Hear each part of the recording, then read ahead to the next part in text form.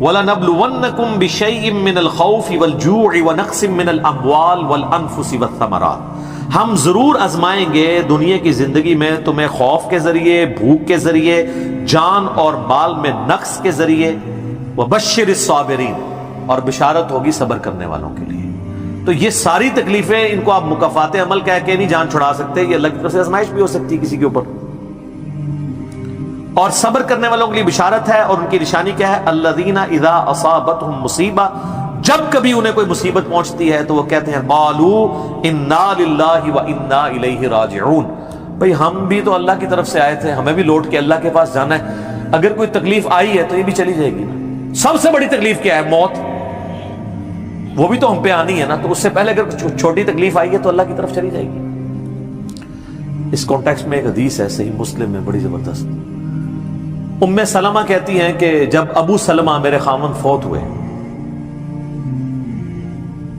مجھے ان کی فوتگی کی خبر ملی تو میں نے حضور سے ایک دعا سن کے یاد کر رکھی تھی کہ جو کوئی وہ دعا مانگ لے گا اللہ تعالیٰ اس سے بہتر اسے نعم البدل دے دے گا، اور وہ دعا آدھا پورشن تو یہی ہے، سورۃ البقرہ کی آیت نمبر 156، انا للہ وانا الیہ راجعون۔ اس کے بعد ہے اللہم اجرنی، یہ جھٹکے سے ملے گا، اللہم اجرنی، حمزہ آگے، اللہم اجرنی فی مصیبتی واخلف لی خیرا منہا، اے اللہ مجھے اس مصیبت میں اجر عطا فرما اور میرے لیے اس سے بہتر نعم البدل کر دے۔ تو کہتی ہیں کہ نبی علیہ السلام نے فرمایا تھا جو یہ دعا مانگ لے گا نا تو اللہ تعالیٰ اس کی کمپنسیشن فرما دے گا، اسے بہتر نعم البدل دے گا۔ کہتے ہیں میں نے دعا تو کی، پھر میں یہ سوچتی تھی کہ میرے خامن جیسا تو کسی کا خامن نہیں ہوگا، ابو سلمہ جیسا خامن مجھے کیسے مل سکتا ہے۔ تو جب عدت پوری ہوئی تو نبی علیہ السلام نے پیغام کا نکاح کا پیغام بھیج دیا، ام المومنین بن گئی، اور یہ ہماری وہ ماں ہے جو سب سے آخر میں فوت ہوئی ہے 64 ہجری میں، واقعہ کربلا کے بھی 3 سال بعد۔ تو اس دعا کی یہ دعا یاد رکھیں، چھوٹی موٹی بھی کوئی بھی تکلیف، کوئی بچوں کو موچتی ہے گھر میں، کسی کو زخم لگتا ہے، ٹھوکر لگ جاتی ہے، کوئی مالی نقصان ہو جاتا ہے، فوراً یہ دعا، اور میں نے الحمدللہ 20 دفعہ یہ دعا آزمائی ہے۔ وقتی طور پہ تو فیل ہو رہا ہوتا ہے کہ یار کوئی مسئلہ خراب ہو گیا، لیکن اس کے بعد اسی شر کے اندر خیر چھپی ہوئی ہوتی ہے، وہ مل جاتی ہے۔ اس آپ دعا کو یاد رکھیں، اور صبح شام جو چھوٹی موٹی کوئی خبریں بھی آپ کو ملتی رہتی ہیں نا، اس کے اوپر آپ یہ دعا پڑھتے رہیں، یہ آپ کے لیے ایک بہت بڑا وظیفہ ہے انشاءاللہ تعالی۔ نیک لوگوں کو جو تکلیفیں آتی ہیں نا دنیا میں، وہ ان کے درجات کو بلند کرنے کے لیے آتی ہیں، اور یہ اللہ تعالیٰ نے بڑی سختی کے ساتھ سورۃ العنکبوت کے اندر نا صحابہ کرام کو ایڈریس کر کے نا یہ فلسفہ کلیئر کیا ہے، آیت نمبر 2 اور 3 کے اندر، احسب الناس ان یترکوا ان یقولوا آمنا وهم لا یفتنون، کیا لوگ اس گمان میں ہیں کہ انہیں صرف اس بات پہ چھوڑ دیا جائے گا کہ وہ ایمان لے آئے اور ہم ان کی آزمائش نہیں کریں گے؟ وَلَقَدْ فَتَنَّ الَّذِينَ مِن قَبْلِهِمْ، بے شک ہم نے ضرور آزمایا تھا ان سے پہلے لوگوں کو، فَلَيَعْلَمَنَّ اللَّهُ الَّذِينَ صَدَقُوا وَلَيَعْلَمَنَّ الْكَاذِبِينَ، تو اللہ تعالیٰ ضرور جانچ کر رہے گا کہ کون سچے ہیں اپنے دعوے کے اندر، کس دعوے میں کہ غلامی رسول میں موت بھی قبول ہے، اور کون صرف نعرہ بازی کر رہے ہیں۔ اللہ تعالیٰ ان کو ظاہر کر کے رہے گا، جانچ کے رہے گا۔ تو یہ اللہ تعالیٰ نے اپنا اصول رکھا ہے، یونیورسل ٹروتھ ہے۔ اس کانٹیکسٹ میں صحیح بخاری میں ایک حدیث ہے، صحابہ کرام نے جب کافروں کی تکلیفوں کا ذکر کیا نا حضور سے، تو آپ نے فرمایا صبر کرو،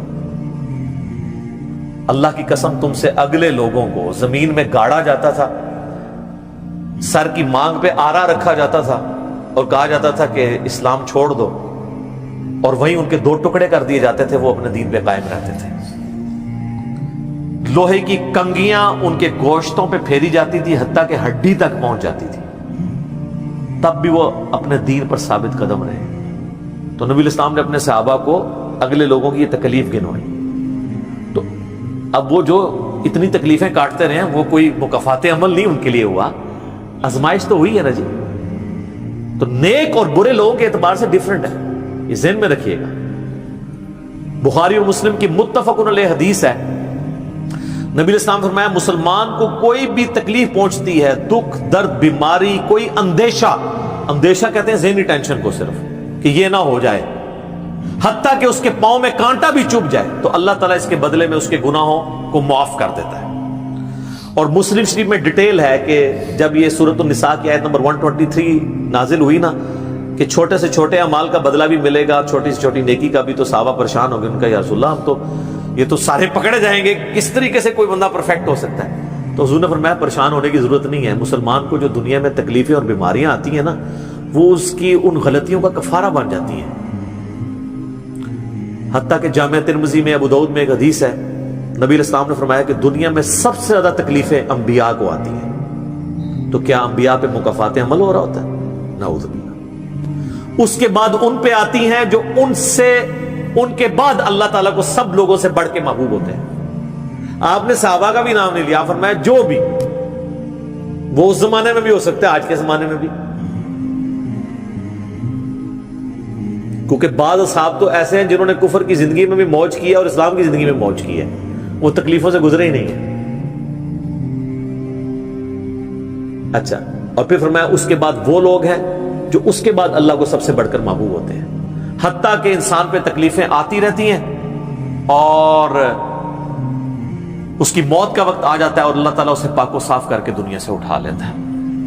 یہ جو لوگ کہتے ہیں نا یار وہ موت کے وقت فلانے کے ساتھ، یار وہ احمد دیدہ صاحب 9 سال تک قومے میں رہے ہیں، اتنی اسلام کی انہوں نے خدمت کی، ہزاروں عیسائیوں کو مسلمان کیا، لاکھوں مسلمانوں کے ایمان کی حفاظت کا سبب اللہ نے ان کو بنایا، لیکن وہ 9 سال تک قومے کی حالت میں رہے، 1996 سے لے کے 2005 تک۔ تو کوئی کچھ کہتا تھا جی یہ وہ عیسائی بھی ان کو کہتے تھے دیکھو جی اس کو بدوا لگ گئی اور یہ وہ ہو گیا، گستاخ ہے، یہ ہے وہ ہے۔ تو یہ تو کوئی طریقہ نہیں ہے۔ اس طریقے سے جنید جمشید صاحب جب شہید ہوئے تو آپ دیکھ لیں ان کے مخالفین نے ان کے بارے میں کیا بات کی، اور صحابہ کرام کو تو رومن امپائر کی بیٹل فیلڈز کے اندر تیل کے کڑاؤں میں روسٹ کیا گیا ہے، تو آپ کیا کہیں گے نعوذ باللہ ان کے ساتھ یہ کچھ ہو گیا؟ ابو عبیدہ ابن جرح، معاذ ابن جبل لاڈلے ترین اصحاب ہیں، طاعون کے مرض میں شہید ہوئے ہیں، اور طاعون میں اتنے بڑے بڑے پھوڑے جسم کے اوپر نکلتے ہیں۔ آپ تو سمجھتے ہیں کہ صحابہ کرام جو ہے وہ بڑے سکون سے بیٹھتے ہوں گے اور پھر کلمہ پڑھتے ہوں گے، ساتھ ہی ایسے روح پرواز کر جاتی ہوگی۔ حضرت حمزہ ابن عبد المطلب کا مسلح ہوا ہے، سید الشہداء ہیں۔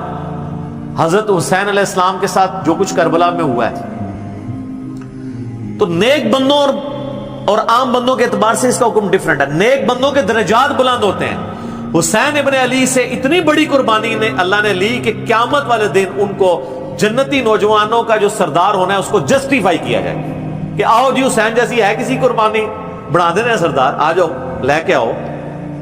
کوئی کھڑا ہو سکتا ہے؟ ابھی تک 1500 سال میں تو نہیں کوئی دعویٰ کرے گا کھڑا ہونے کا۔ تو اللہ تعالیٰ نیکیوں کو جسٹیفائی بھی کرواتا ہے، وہ مکافات عمل نہیں ہو رہا ہوتا۔ نیک لوگوں کے لیے ڈیفرنٹ ہے، ان کے درجات بلند ہوتے ہیں، اور باقی عام لوگوں کے لیے یہ ہے کہ ان کے لیے بھی آپ نہیں کہیں گے کہ ان پہ عذاب ہے، یا اللہ کی طرف پلٹنے کا ذریعہ ہے یا ان کے گناہوں کا کفارہ ہے۔ یہ آپ نے کسی پہ نہیں کہنا اس کے اوپر لعنت پڑ گئی، اس کے اوپر یہ ہو گیا، اس کے اوپر یہ ہو گیا، یہ آپ کو کسی نے رائٹ نہیں دیا۔ یہ بہت بڑا ظلم ہے۔ ایک طرح کے معاملات ہوئے ہوتے ہیں دونوں کے ساتھ۔ اب آپ دیکھ لیں سنیوں میں سے کوئی جیل میں جاتا ہے تو شیعہ کہتے ہیں دیکھا جی مکافات عمل ہے، شیعہ میں سے کوئی جاتا ہے سنی کہتے ہیں مکافات عمل ہے۔ تو یہ آپ جو مرضی، اور اپنوں کے لیے کہتے ہیں آزمائش ہے۔ تو یہ آج کی ڈیٹ میں آپ نے سب کے لیے آزمائش ہی کہنا ہے، ورنہ یہ مسئلہ بالکل خراب ہو جائے گا۔ اللہ ہی اللہ جی، اللہ تعالیٰ سے خیر مانگنا چاہیے، اللہ تعالیٰ کی طرف رجوع لانا چاہیے۔ اس حوالے سے بخاری اور مسلم دونوں میں حدیث ہے، میں اب آپ کو تھوڑے وظیفے بھی بتا دوں نا۔ ظاہر آزمائشیں تو ہر بندے پہ آتی ہیں، اللہ کی طرف رجوع بھی لانا چاہیے۔ ان آزمائشوں سے نکلنے کا طریقہ کیا ہے؟ بخاری اور مسلم دونوں میں حدیث ہے، نبی صلی اللہ علیہ وآلہ وسلم کے بارے میں انس بن مالک کہتے ہیں کہ نبی علیہ السلام کی اکثر دعا یہی ہوا کرتی تھی، اللہم ربنا آتنا فی الدنیا حسنہ وفی الآخرۃ حسنۃ وقنا عذاب النار آمین۔ یہ بخاری مسلم میں بھی ہے، سورۃ البقرہ کی آیت نمبر 201 ہے۔ اے اللہ ہمیں دنیا میں بھی بھلائیاں عطا فرما اور آخرت میں بھی بھلائیاں عطا فرما، اور آخرت کی سب سے بڑی بھلائی بھی ساتھ مانگ لی، وقنا عذاب النار، آگ کے عذاب سے ہمیں بچا لے، آمین۔ یہ اکثر آپ کی دعا ہوتی تھی. اس کانٹیکٹ میں ایک حدیث ہے بڑی انٹرسٹنگ صحیح مسلم میں. ایک صحابی بیمار ہوئے حتیٰ کہ بالکل ہڈیوں کا پنجر بن گئے, اور صحابہ کہتے ہیں چڑیا کی طرح ان کی جان ہو گئی. نبی علیہ السلام ان کی عیادت کے لیے گئے. آپ نے جب دیکھا آپ فرمایا تو اللہ سے کیا مانگتا ہے؟ چنگا بندہ ٹردا پھردا بندہ ایڈا منجی دے پہ گیا اور بالکل ڈھانچہ پنجر بن گیا ہڈیوں کا. اس نے کہا یا رسول اللہ میں اللہ تعالیٰ سے یہ دعا کرتا ہوں کہ اے اللہ جو تو نے مجھے آخرت میں عذاب دینا ہے نا دنیا میں ہی دے دے. آخرت کا عذاب تو بہت سخت ہے, تو مجھے دنیا میں ہی وہ عذاب دے دے. نبی علیہ السلام نے سبحان اللہ, کیا تم دنیا میں بھی اللہ کی تکلیف برداشت کر سکتے ہو؟ اوے تجھے تو چاہیے تھا تو کہتا اللہم ربنا آتنا فی الدنیا حسنہ وفی الآخرۃ حسنۃ وقنا عذاب النار. یعنی آپ اللہ تعالیٰ کو معاذ اللہ کو فنیٹک سمجھتے ہیں کہ آپ کہیں گے جی اس نے عذاب تو ضرور دینا تو مجھے ادھر دے دے. اور یار اللہ سے اچھا ہی گمان رکھو. بخاری مسلم دونوں میں حدیث ہے میں اپنے بندے کے گمان کے قریب ہوں جیسا میرے بارے میں گمان رکھے بشرطے کہ کرتوت بھی ٹھیک کرے. تو سر ہم تو یہ کہتے ہیں یا اللہ ہم نہ تیری آزمائش کے قابل ہے نہ تیرے عذاب کے قابل ہے, ہمیں بلا حساب و کتاب ہی جنت میں داخل فرما دے آمین. تو میں اپنے بندے کے گمان کے قریب, اچھا گمان رکھیں انشاءاللہ تعالی اینڈ رزلٹ بھی اچھا ہوگا. آپ اللہ سے گمان اچھا رکھیں, یہ گمان بہت اہم چیز ہے. اور یہ آپ کا جو کانفیڈنس ہے نا اللہ کے اندر کہ انشاءاللہ اللہ میرے ساتھ خیر کا معاملہ ہی کرے گا. اچھا کئی لوگ ہیں وہ کہتے ہیں منو تو اللہ نے دینا ہی عذاب ہے. استغفر اللہ. تو بولی آپ چاہے اچھے اعمال کرتے ہیں برے اعمال, تب بھی آپ نے یہ اپنے بارے میں یہ بات نہیں کرنی. یہ تو اور کسی کے بارے میں تو آپ نے سوچنا بھی نہیں سر, وہ تو کہانی ختم. وہ تو صحیح مسلم میں حدیث ہے نا, ایک شخص نے قسم اٹھا کے کہہ دیا تھا کہ اللہ تعالیٰ اس کو کبھی معاف نہیں کرے گا. وہ بڑا گنہگار شخص تھا, اللہ کی بارگاہ میں پہنچے. اللہ نے فرمایا تو نے میرے بھی آپ پہ کیسے قسم کھا دی؟ جا میں نے اس کو معاف کیا, تجھے دوزخ میں پھینکا. لا يسأل عما يفعل وهم يسألون, سورۃ الانبیاء کی آیت ہے. اللہ کو کوئی نہیں پوچھ سکتا اس نے یہ کیوں کیا, وہ سب کو پوچھ سکتا ہے کہ انہوں نے یہ کیوں کیا. یہ اللہ تعالیٰ کے بارے میں ناشکری پھیلانا سورہ الزمر میں ہے لا تقنطوا من رحمت اللہ, اللہ تعالیٰ کے بارے میں مایوسی عوام کے اندر پھیلانا. لیکن اس کا دوسرا پہلو بھی غلط ہے کہ آپ رحمت کی آیتیں پڑھ کے تو لوگوں کے کام چوک کے رکھو, وہ بھی دوسری ایکسٹریم ہے, وہ بھی نہیں ہونی چاہیے. رحمت سے دھوکہ بھی نہیں کھانا, ہاں اعمال پورے کرنے ہیں اور پھر اللہ سے امید بھی رکھنی ہے. جو سیدنا ابوبکر نے حضرت عمر کو وصیت کرتے ہوئے کیا کہا تھا, کیا عمر جب تو جنتیوں کی طرف دیکھے نا تو دعا کرنا کہ میں بھی ان میں شامل ہو جاؤں, اور جب بھی تو جہنمیوں کا ذکر لائے تو اللہ صلی اللہ علیہ وسلم سے پناہ مانگنا کہ کہیں میں ان میں شامل نہ ہوں. انہوں نے تو نہیں آگے سے کہا کہ میں عشرہ مبشر ہوں. ٹھیک ہے, یہ معاملہ بہت سینسٹیو ہے. جن کو اللہ کا تعارف ہے نا تو وہ ان کی زندگی بڑے ڈر ڈر کے گزرتی ہے. تو یہ حدیث میں نے اس لیے بتا دی. ایک اور ذریعہ ہے ان آزمائشوں سے نکلنے کا. صحیح بخاری اور مسلم دونوں میں حدیث ہے جس کی یہ خواہش ہے کہ اللہ اس کی عمر دراز کر دے اور اس کے رزق میں کشادگی دے دے. رزق میں دنیا کی ہر نعمت شامل ہے. ہم تو دولت ہی سمجھتے ہیں نا, اچھی صحت بھی رزق ہے, اچھی اولاد بھی رزق ہے, اچھی صحت بھی رزق ہے, مال کی فراوانی بشرطے کہ وہ فتنے میں نہ ڈال دے وہ بھی رزق ہے. ہر چیز دنیا میں جتنی بھی اہمیت ہے کی چیزیں جو ہم سمجھتے ہیں. تو بخاری اور مسلم دونوں میں الفاظ ہیں جس کی یہ خواہش ہے اس کی عمر دراز ہو جائے اور اس کے رزق میں کشادگی ہو تو اپنے رشتہ داروں کے ساتھ حسن سلوک کرے. یہ ہے جناب وہ کام کرنے کا. حسن سلوک خالی ان کو تسلیاں نہیں دینا. ظاہر ہے قرآن اور حدیث میں جب رشتہ داروں سے صلہ رحمی کا ذکر آتا ہے تو یہ ہے کہ ان کے ساتھ قطع تعلق ہی نہیں کرنی, دوسرا ان کی فائنینشیل سپورٹ کرنی ہے. اس لیے آپ دیکھیں سب سے زیادہ حقدار زکوٰۃ کے صدقات کے آپ کے بہن بھائی ہیں, سب سے قریبی رشتہ ہوا ہے, اس کے بعد کوئی اور حقدار ہے. باقی اس پہ تو امت کا اجماع ہے کہ جو صدقات اللہ کی راہ میں آپ کرتے ہیں اس سے اللہ تعالیٰ تکلیف ٹالتا ہے. منت سے نہیں ٹلتی. بخاری مسلم میں حدیث ہے کہ منت سے کنجوس کا مال ہی نکلتا ہے, تکلیف نہیں ٹلتی. لاجیکل ہے. منت تو یہ کہ یا اللہ پہلے کر تو میں کراں گا, اور صدقے میں کیا ہے, یا اللہ میں نے تیری طرف سے تیری راہ میں یہ صدقہ کیا اور میں اس نیک عمل کا وسیلہ تجھے پیش کرتا ہوں, میرا مسئلہ حل کر دے. جو بخاری مسلم میں حدیث ہے 3 لوگ غار میں پھنس گئے تھے, انہوں نے اپنے پرانے اعمال کا واسطہ پیش کیا تھا. یہ نہیں کہا کہ یا اللہ ایک بار کاٹ دیتے سی کرا کے پھر کون سی نکلنا. انہوں نے اپنے پرانے کیے ہوئے اعمال کا وسیلہ اللہ کے حضور پیش کیا. جو قرآن میں بھی ہے وَاسْتَعِينُوا بِالصَّبْرِ وَالصَّلَاةِ، صبر اور نماز کے ذریعے اللہ کی مدد چاہو، جس سے وہ کہتے ہیں جی اس سے غیر اللہ کی مدد ثابت ہوتی ہے، تو کوئی کہتا ہے المدد یا صبر، المدد یا نماز، وہ اس کا مطلب ہے صبر اور نماز سے اللہ کی مدد، کیونکہ آگے آتا ہے ان اللہ مع الصابرین، بے شک اللہ تعالیٰ صبر کرنے والوں کے ساتھ ہے۔ تو نیک اعمال کا وسیلہ آپ اللہ کے حضور پیش کریں، تو صدقہ اور خیرات کرنا یہ اللہ تعالیٰ کی طرف سے آئی ہوئی تکالیف کو، بلاؤں کو ٹال دیتا ہے۔ تو یہ میں نے آپ کو ایک دعائیں، اذکار اور پھر اعمال بھی بتا دیے۔ آخر میں دو دعائیں میں وہ جو بیان کی تھی ان کو ریپیٹ کر دیتا ہوں۔ ایک پریونٹیو دعا ہے، یہ دو علاج ہوتے ہیں نا، پریونٹیو اور کیوریٹیو۔ پریونٹیو علاج یہ ہوتا ہے کہ بیماری ہونے سے پہلے علاج کیا جائے، جیسے ویکسین ہے، آج کل وہ کہہ رہے ہیں نہیں کورونا کی ویکسین بن گئی ہے کہ وہ لگوا لیں تو تکلیف ہوئی نہ۔ ایک ہوتا ہے کیوریٹیو علاج، کہ بیماری ہو گئی ہے تو اب علاج کیسے کرنا ہے۔ تو پریونٹیو علاج جو دعائیں ہیں نا وہ ہے اللہم ربنا آتنا فی الدنیا حسنہ وفی الآخرۃ حسنۃ وقنا عذاب النار۔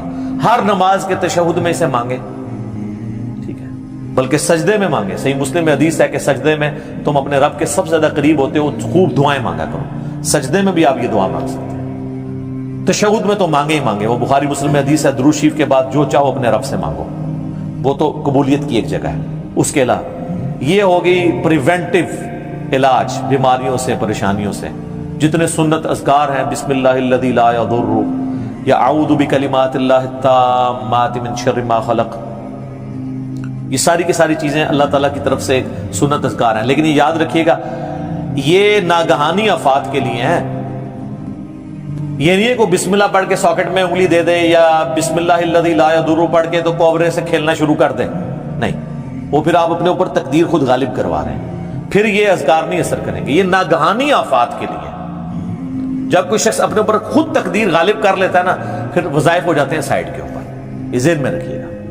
پھر بھی جو تکلیفیں آنی ہے نا وہ تو آنی ہے اللہ کی طرف سے آزمائش والی، وہ تو ہمیں یہی ایٹیچیوڈ ہے کہ ہم اللہ تعالیٰ کی طرف رجوع لائیں، اور وہی ہے کیوریٹیو علاج، کہ جب کسی پہ تکلیف آ جائے تو اب کیا کرنا ہے، اس نے کہنا ہے انا للہ و انا الیہ راجعون اللہم اجرنی فی مصیبتی و اخلف لی خیرا منہا۔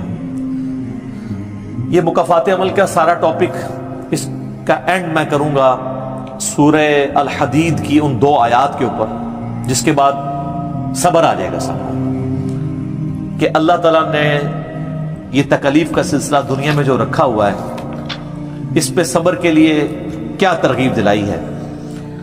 آیت نمبر 22 اور 3، ما اصاب من مصیبت فی الارض ولا فی انفسکم، کوئی مصیبت بھی ایسی نہیں کہ زمین میں آئے۔ زمین میں کیا مصیبت آتی ہے؟ زلزلہ، وبائی امراض، سیلاب، طوفان، ولا فی انفسکم، اور نہ کوئی ایسی مصیبت کہ تمہاری جان میں آئے۔ جان میں ہر طرح کی بیماری، کسی کو بلڈ کینسر ہو گیا، کسی کے گردے فیل ہو گئے، کسی کو ہیپاٹائٹس ہو گیا، تو اللہ فرماتا ہے الا فی کتاب من قبل ان نبرأها، یہ ہم نے لوح محفوظ میں پہلے ہی لکھا ہوا ہے، اس سے پہلے کہ ہم یہ تکلیف بھیجیں۔ کام ہی ختم ہو گیا۔ اللہ کہتا ہے ہم نے تو یہ طے کیا، یہ ڈیسٹنی ہے تمہاری، تقدیر ہے۔ ان ذالک علی اللہ یسیر، یاد رکھنا یہ اللہ کے لیے بڑا احسان ہے، بہت آسان ہے۔ کوئی یہ بھی کہہ سکتا ہے کتنا ہو گیا، پہلے ہی اللہ کو پتا ہے، اللہ کے علم کے لیے آسان ہے۔ سورۃ الانعام میں تو یہاں تک آیا ہے کہ خشکیوں میں یا سمندروں کے اندر کسی درخت کا اگر پتا بھی گرتا ہے نا تو اللہ کو پہلے سے علم ہے، اور زمین کی گہرائیوں میں کوئی دانہ بھی پھوٹتا ہے نا وہ پہلے۔ اب ظاہر ہے ہمارا ذہن تو اس ڈیٹے کو سمجھ نہیں سکتا، بلکہ آج ہم نے لیپ ٹاپس میں، ہارڈ ڈسک میں وہ ڈیٹا سٹور کر لیا ہے جو 8 سے 100 سال پہلے کا انسان اس کو ماننے کے لیے تیار نہیں ہوگا کہ یہ ٹچ سکرین موبائل کیا کر سکتا ہے، اتنی دور بات کر سکتے ہیں، وہ تو اس کو بھی ماننے کے لیے تیار نہیں ہوں گے۔ لیکن ہو گیا نا، یہ انسان کو اللہ نے ترقی کرائی ہے، تو اللہ کا علم تو بہت کامل ہے۔ لِكَيْ لَا تَأْسَوْا عَلَىٰ مَا فَاتَكُمْ، یہ ہم نے اس لیے کیا، یعنی ہم نے تقدیر میں پہلے یہ چیزیں لکھی تھی تاکہ تم مت افسوس کرو اس چیز پہ جو تم سے چھین لی جائے۔ وَلَا تَفْرَحُوا بِمَا آتَاكُمْ، اور اس پہ شیخی مت بگاڑنا جو اللہ نے تمہیں دی ہے۔ اللہ کسی سے لے کے ازماتا ہے تو کسی کو دے کے بھی ازماتا ہے۔ وَاللَّهُ لَا يُحِبُّ كُلَّ مُخْتَالٍ فَخُورٍ، اور اللہ تعالیٰ پسند نہیں کرتا ہر شیخی بگاڑنے والے کو، جو بات بات کے اوپر شیخی بگاڑتا ہے۔ کسی کے پاس اگر کوئی اللہ کی طرف سے نعمتیں ہیں تو وہ اللہ کا شکر ادا کرے، اور اگر کسی کے اوپر آزمائش کا وقت ہے تو وہ اللہ کی طرف رجوع لائے۔ اس لیے تو نبی الاسلام نے فقر کی زندگی گزاری ہے نا سر۔ باقی نیک بندوں کے لیے درجات کی بلندی کا ذریعہ ہے آزمائشیں آنا، برے لوگ بھی اس اعتبار سے کہ میرے اعمال کی شامت ہے اور میرے گناہ معاف ہو جائیں گے اور میں اپنی اصلاح بھی کر لوں، کسی کے بارے میں کوئی ورڈکٹ نہ دیں، اپنے اوپر ضرور لاگو کر لیں۔ ہم اللہ تعالیٰ سے دعا کرتے ہیں اللہم اجرنا من النار، اللہم انی اعوذ بک من عذاب جہنم، ربنا اننا آمنا فاغفر لنا ذنوبنا وقنا عذاب النار، اللہم انی اعوذ بک من عذاب جہنم، ربنا اصرف عنا عذاب جہنم ان عذابها کان غراما، اللہم ربنا آتنا فی الدنیا حسنہ وفی الآخرة حسنة وقنا عذاب النار، اللہم احسن عاقبتنا فی الامور كلها وَأَجِرْنَا مِنْ خِزْيِ الدُّنْيَا وَعَذَابِ الْآخِرَةِ آمین ثم آمین۔ ٹھیک ہوگا جی؟